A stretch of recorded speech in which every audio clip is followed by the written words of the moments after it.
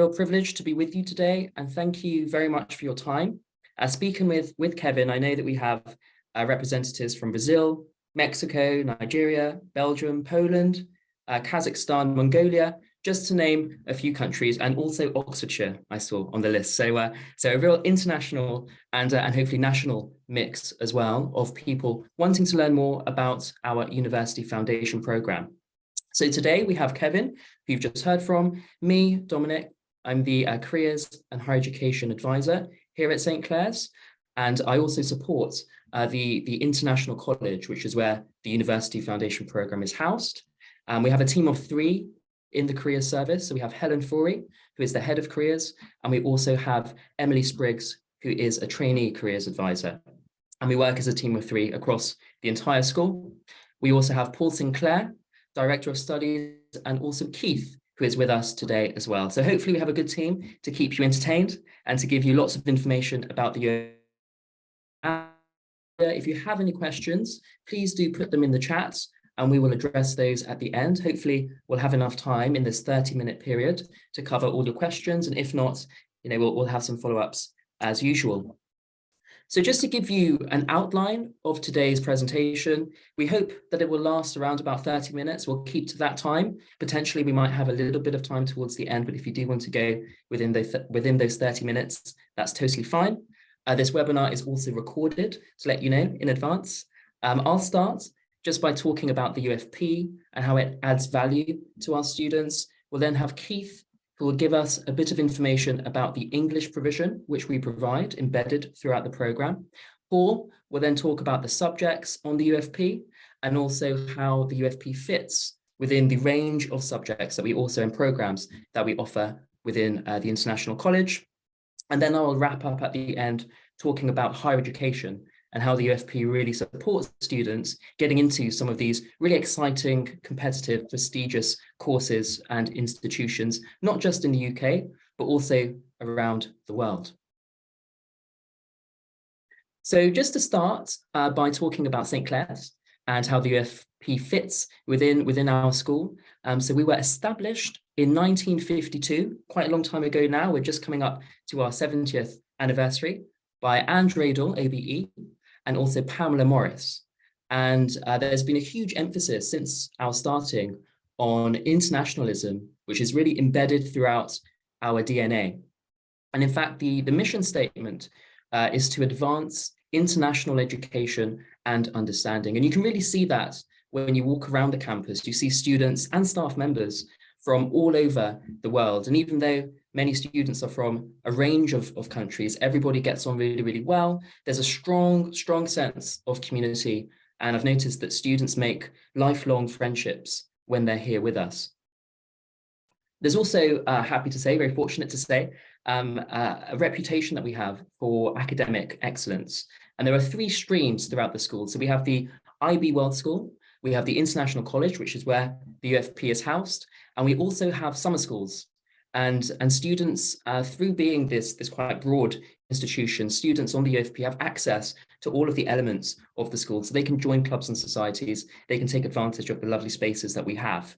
In fact, we have over 20 buildings spread throughout the, if you know Oxford, the leafy area of Oxford. So about a 25-minute walk, I would say, from the city centre.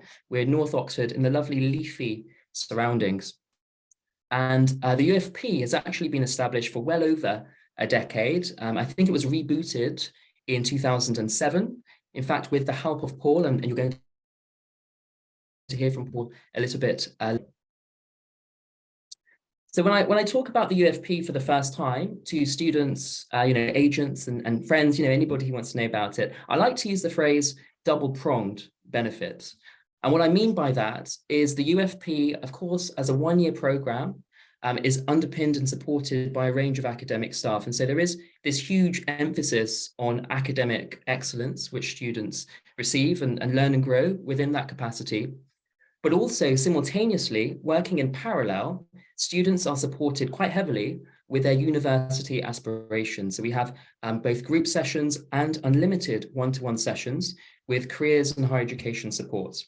And what that does in this 1-year period is give students a really strong academic grounding, but simultaneously allows them that year's period in order to create a really, really strong and convincing university application for not just the UK, but as we'll see later today, a real range of institutions around the world. And so I think these two things working in parallel really help to shape students into becoming successful individuals who are confident in knowing what they want to do and what they want to achieve for the future. And they actually have the platform, they have the skills and the time in order to do some of those really exciting things that they've planned during their time with us. So just to, in a nutshell, if I can, just to mention what the UFP actually is. So it's a one-year intensive academic program, which is designed to not only enhance academic skills, but also to give students, as I say, the platform to make these competitive, very strong applications for higher education. It's a level 3 qualification, and so it's been inspected and accredited many, many times, and students are able to choose from a range of 6 subjects. So that's 6 options, and they'll choose 3 to specialize in particular, and Paul will talk about that shortly. And once completed, students are eligible to apply to a range of universities around the world. And sometimes you might, as an agent or as a student, think that you're studying 3 subjects in depth, let's call it business, maths, economics, and you think that only those 3 subject areas are what you can do in terms of university. It's not actually the case. You can think of those 3 subjects similar to A-levels, perhaps, or even higher on the IB program, insofar as how it links in with university. So law, for instance, you don't have to study law on the UFP in order to study law at university. And we have a student this year, for instance, who's got really, really great offers from Russell Group institutions wanting to study computer science. So there are a range of university destinations based on the UFP, not necessarily the 3 subjects that you choose to specialize in. But of course, we would encourage students to choose subjects that they're really passionate about, subjects where they still want to get those transferable skills for the future.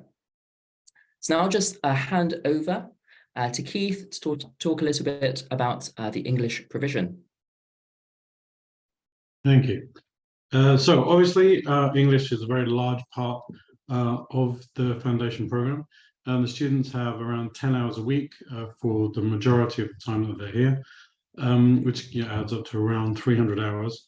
So over the course of the year, we have changing goals, changing focuses on those in those English hours. To start with, we help them with their IELTS preparation. This is the exam that they need for entry into most universities, as well as for visa requirements. As the year progresses, we start to move towards academic production, looking at essays, academic presentations, reports, citation, using academic register, academic word list, those sorts of things, all of which is very, very useful for them, not just with their English, but also for the other subjects which they're studying while they're with us.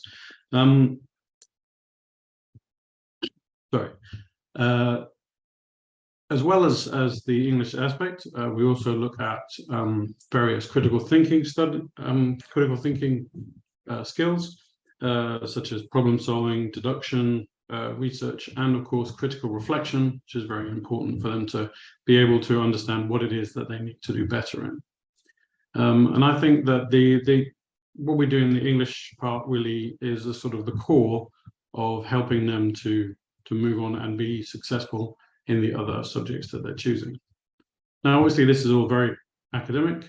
So as well as that, they're in a school with lots of other students, some of whom are native speakers, and they get lots of chance to mix with those people and to work on their communication skills and their general fluency in everyday English as well. All right, I'll pass you back to Don. Great, thank you very much, Keith. I think I'll now pass on to Paul to talk about the subjects and how the UFP fits within the IC. Thanks very much, Dominic. The St. Clair's is unusual in that we are both a centre of excellence in English language learning, but we're also a further education college, which has been teaching university level courses for over 50 years. And the University Foundation Programme draws on both of these institutional strengths.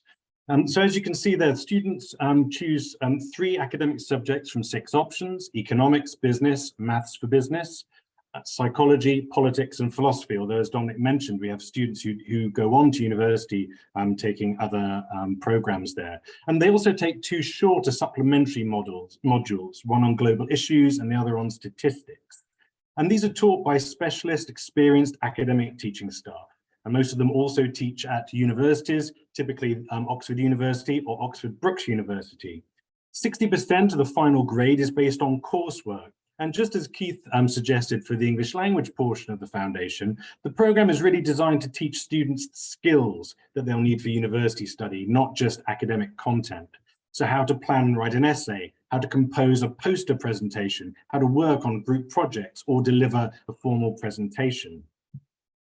The University Foundation Programme also sits within a family of programmes at the International College, from the 100% English language learning course, English for Exams, to the 100% academic subject programme, the undergraduate programme, which is taken by both American undergraduates and also gap year students from the USA and beyond.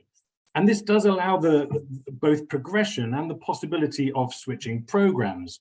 Students will not always know until they've worked with Dominic what their preferred higher education outcome is, and therefore which program is best for them. Now, we do a lot of work advising them, of course, before they arrive and during the application process.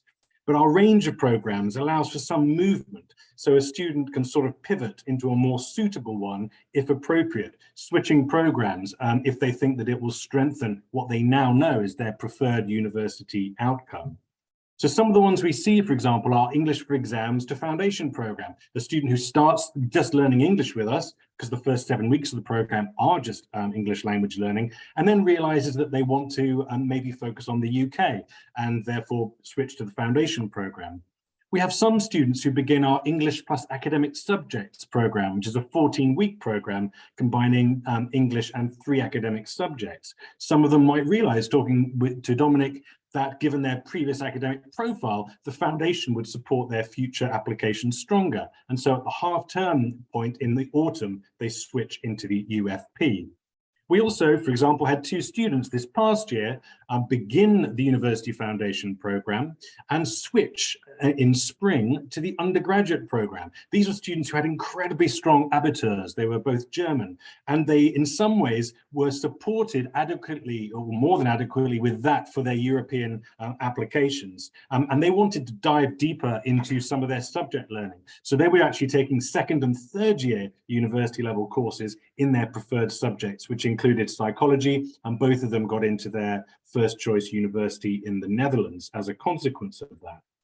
And we also are able to run the English plus Academic Subjects to undergraduate program as a kind of alternative to a foundation program for students who maybe want 28 weeks, usually have a stronger English and academic background, and it might allow them to take a different range of subjects. We've had students, for example, really explore film studies and go on to that through that option. And very much now we find that whichever program it is that students select, it's much more likely to be considered a part of their higher education and career planning, certainly than it was when I started working on these programs 16 years ago. And students really want a challenge. They enjoy the internationalism of our small community, the kind of very personal one-to-one support they get in careers, and also the presence of those native speakers, the students who are already studying at the university level, with whom they share accommodation, trips, and sometimes classes. And so in many ways, our students are very much embracing the future St. Clair's was founded for, international education and understanding.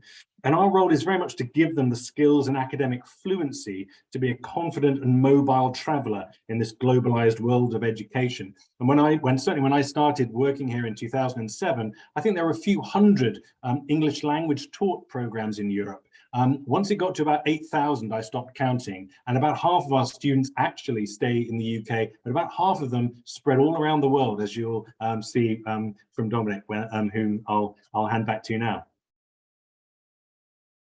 Great, thank you very much, Paul. And so as we can see, really, the UFP is not just, I mean, it is a standalone program, but it's embedded within a wider international college. And so students are supported holistically, both pastorally, but also academically in terms of the directions in which they want to grow. So that's really, really important to think about the St. Clair's Foundation. So now thinking about where students go.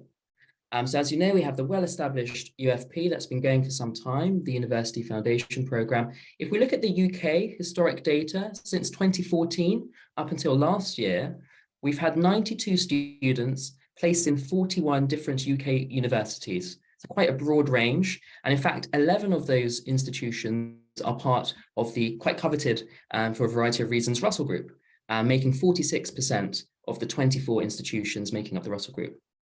And then if we look at the historic data from overseas, from non-UK destinations, we've had 59 students in 35 different international universities. And if we look at those 9 countries where those universities come from, the Netherlands, Ireland, Germany, Belgium, Italy, Spain, Switzerland, France, and the US. And that list continues to grow. If there is an institution a student's really, really interested in, we would never say no. Hopefully we have the links already. And if we don't, we're very, very happy to build those links in order to help students really go to their first choice destination. So now what I'm going to try and do in a nutshell, again, is just wrap up the process throughout the year in terms of the careers provision that students get. So if we look at this linear process over here, first we start with one-to-one career support, getting to understand the student. And simultaneously, we also have group sessions, which are embedded as a compulsory element within the UFP. And as that progresses and goes through, we start to understand the students a little bit more. And naturally, the student also has a better sense of what's available in the world and what they actually want to do. And then we start to build an application strategy, thinking about the locations, thinking about the requirements, and thinking about how best to make yourself stand out from the crowd when there are a huge number of students. There are more students, within many universities, more applicants than places. And so we really have to make a competitive application. So we start to build that application strategy quite early. And then we help them throughout the entire process of the application itself, from start to finish. And students can apply what I might call conventional route. So they just go through UCAS, they go through the different platforms within certain universities and countries. But we also have progression agreements with a range of institutions, and that number also is growing in terms of which universities we have. I've got progression agreements in bold, because I'll talk about that on the next slide. And also as part of the careers program, students have access to a really comprehensive supercurricular package. And I think actually that's one of the key elements which makes our application so competitive to institutions. So for example, if a student wants to study law at university, we don't just help them prepare maybe for the admissions test of LNAT if we're looking at the UK, and understanding which institutions are the best fit for them, which is important, but we also help them build a range of experiences to develop skills and separate themselves from the competition. So what sort of online courses could they do? Relevant essay competitions, going to legal cases, attending court sessions, work experience, lots of different things in order to separate themselves from the competition and hopefully have fun as well throughout that process. So talking about progression agreements, you can see a couple of logos on the side. Again, the institutions continue to grow. And what progression agreements mean is that we have a guaranteed conditional offer for our students who are on the UFP. Naturally, they have to get the grades in order to be admitted, but they're at least given the chance, they're given the offer. So students are quite comfortable and confident knowing that when they start the UFP, they are guaranteed to receive some offers from institutions. We would always encourage students to diversify their portfolio. So don't just look at our progression agreements, look at the whole world, but equally do have a couple of options perhaps from the progression agreements that are in place. And that helps to reduce risk and also increase the options for students when they're thinking about where they want to go after their time with us at St. Clair's. This is just an example to articulate a progression agreement that we have with the University of Leicester. So you can see here a range of courses. which the university offers. And you can see some prerequisite UFP subjects. So not every university, but some universities prefer that students study specific subjects on our UFP before they make the application. But students, in the case of the University of Leicester, are guaranteed to receive a conditional offer as long as they're a UFP student. And you can see the grades that they need to get. So typically for Leicester, it's ABB. So economics BSc, you're guaranteed to get a conditional offer on ABB if you're studying economics and maths as 2 of the 3 subjects that you can choose as part of the UFP. So really, really exciting. Great opportunity for students to be comfortable and confident knowing that they're going to get certain offers. And equally, it just adds to the variety because they're still making the usual applications that any student will, hopefully competitive ones, of course, but then they also have other options as well to enhance their portfolio. Just to end now, giving you some examples of case studies over the last few years. So last year, we had a student from Mexico. He studied maths, business, and economics, achieving 3 A's, and then enrolled onto computer science and mathematics, a double major at Santa Clara University. 2021, we had a Brazilian student who studied business, economics, and politics, received offers from a range of institutions, 2 UK top 30 institutions, for instance, and then decided to enroll at the University of Sussex. In 2020, we had a student from Kazakhstan who achieved 5s and 4 and 5s on the attestat, studied economics, business, and maths with us here on the UFP, and then went on to do business management at Lancaster University. And then just to give you a more historic, longer term example, from 2015, we had a student coming in from Uzbekistan, mostly with 5s on the attestat, and studied politics, philosophy, history with us, and then went on to do law at the University of Kent, later worked within the UN as a consultant, and most recently, we like to stay in contact with our alumni, had a mission to Sudan. And also when you graduate, you do become part of our growing alumni over the last 70 years, which also is exciting within itself when you think about networking and future opportunities. So perhaps now we will end it here and just see if there are any questions coming in from Kevin. Thanks, Dominic. Yeah, we've got one from another Kevin, from Kevin Hunt. Hi, Kevin. How many progression agreements are in place with UK universities currently, Dominic? Thank you. Did you choose Kevin because he happened to have the same name? Is that why you chose him first, Kevin? Well, it's the coolest name, isn't it? Of course. Yeah, yeah. So we are constantly growing our progression agreements. It's just something that we've started to push recently. So if you see Glion and La Roche, for example, I literally went to Birmingham yesterday to sign those. The NU London, it's a Northeastern University, very prestigious, well known in the US, also have a campus in London. That is about to be signed, but they gave me permission to talk about it here.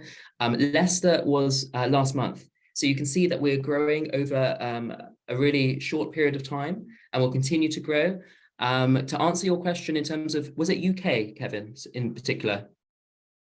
I think the question UK universities. Yeah, UK universities. So we just have the ones that you see on the screen at the moment. I can say that we are expecting another 4 to come in from the UK within the next month. I'm not in a position to say the names of them yet. They haven't allowed me to. NU London did, even though they're about to sign sometime this week or early next week. But again, if you stay in contact with Kevin, if you speak to Kevin, stay in contact with Kevin, he will give you hopefully an updated list. So we'll keep you informed. Yeah, that's no problem. Yeah, Kevin, I can get that to you, and to anyone else who needs it, please just let me know. Quick question from Gon. Hi, Gon. The student application process, how long does it take? Do we have to wait 7 days? So for the foundation, no. Gon, so if you can get us, high school transcripts and date of birth straight away, and then we'll be confident now, especially we've got a new team in place in admissions process, on a new system coming in as well, they'll be confident we can get a response to you really, really quickly within a few days. So definitely we wouldn't need to wait a week, I don't think, from now on. Another question from Dr. Tan. Can a UK national attend your UFP? I think the short answer to that is yeah. Dominic, have you got something you can tell us about that? Yes, I think maybe Paul might want to add something just in case as well, perhaps with some experience over the years. Yeah, I can do that. Yeah, do you want to add? Yeah, we've certainly had some native speakers. I think we've had 2 British passport holders, for example, take the UFP. Sometimes, although I mean, and of course, some of our English language students who are on a foundation program are already on our foundation program are often at C1 or C2 level anyway. So often the English language course, which is really about academic literacies as well, is actually just as valuable for university preparation for them. Sometimes we can add in some additional things like some language learning if, for example, they don't need all of the English component. But yes, although we are primarily sort of globally facing, we do have some UK nationals. In fact, we have 1 UK national who's in the current cohort. Yeah, I would like to really see that number grow. And just to add, I think you can almost consider it as a top-up gap year in a way. Of course, it's a qualification within itself. But if you're a student who happen to do the conventional route in the UK, but you really want the opportunity to learn and grow academically, but also have the time to be with us to make a very, very strong application to higher education, then I think the UFP is yeah, extremely valuable. Thanks, guys. Where are we? Helene. Hi, Helene. So can you tell which universities in the Netherlands accept a foundation degree for admission? So I know that Erasmus has accepted our students, and what else? Dominic or Paul, can you tell us which other universities accept our foundation students? I know we do send quite a few students to Holland. Well, we could probably we could send you a list, Helene, actually, because we have students from the undergraduate program, English plus academic subjects program, and foundation program, all of whom go to the Netherlands. Netherlands doesn't always do the conditional offer, of course, in the way that depending on the university and the program, but we've certainly got a pretty strong record both on foundation and on the other programs of getting students into the most competitive, sort of numerous fixers programs within the Netherlands. And in fact, it's our most popular destination after the UK. So we could we'll pull that list and send it on to you. Yeah, great. Thank you, Paul. And another one for Dr. Tan, 6 subjects. Is one of the subjects history? Paul, can they study history on the foundation program? We used to offer history, and we found that very few students actually took it. So psychology has proved quite a bit more popular.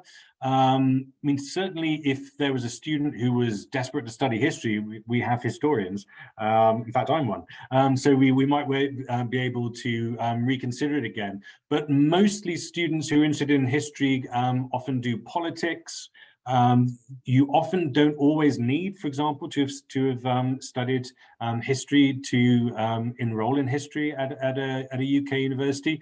So the main reason we switched away to it and actually do more social science subjects was really just because for the last few years we were running it, we only ever had 1 student take it, even when we had quite large cohorts. So we might consider adding it. It's probably the first on the list of subjects we might add in. If it was very significant that you had students who were interested in history, we'd love to hear about that. So then we might expedite adding it to our offerings. If I can just add a little bit in there as well.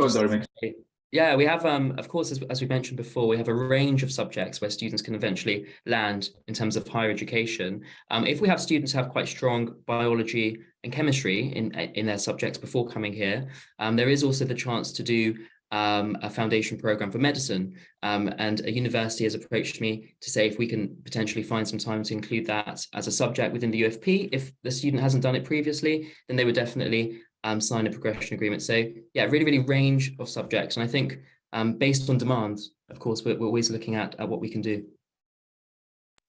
Thanks, guys. One from Stanislava. What are the requirements for non-UK and non-EU students? I guess that's visa requirements. So I'm not exactly sure because it's more than 9 months. I think most students would need a visa, I think.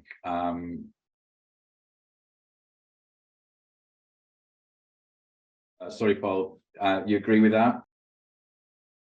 Yeah, unfortunately now post-Brexit, even the EU students need a visa because of the length of the course. If Stanislava's question is about what the academic requirements for non-UK and non-EU students might be, we very much we want them to have ideally finished their high school. We have been able to take a look at some students who have not technically finished, for example, the equivalent of A-levels or the IB, to have finished the final school. Use the range of university options they have. And in but if the question is more about visas, now very much they need the invitation from us. We sponsor their visa, and they need the IELTS, the secure, the CELT IELTS as part of that application. And because you need the CELT IELTS, the secure, it means that it's a little more difficult to make a very late application to the University Foundation Program, because you need that CELT IELTS in place before you can begin, and there are limited test centers for the secure one. I hope that was helpful, but do clarify if you need more. Yeah, that's great. Thanks, Paul. Yeah, so obviously, guys, if you've got any more questions or something you think of later on, do get in touch with me, and I could tap into the expertise from the guys here and get back to you.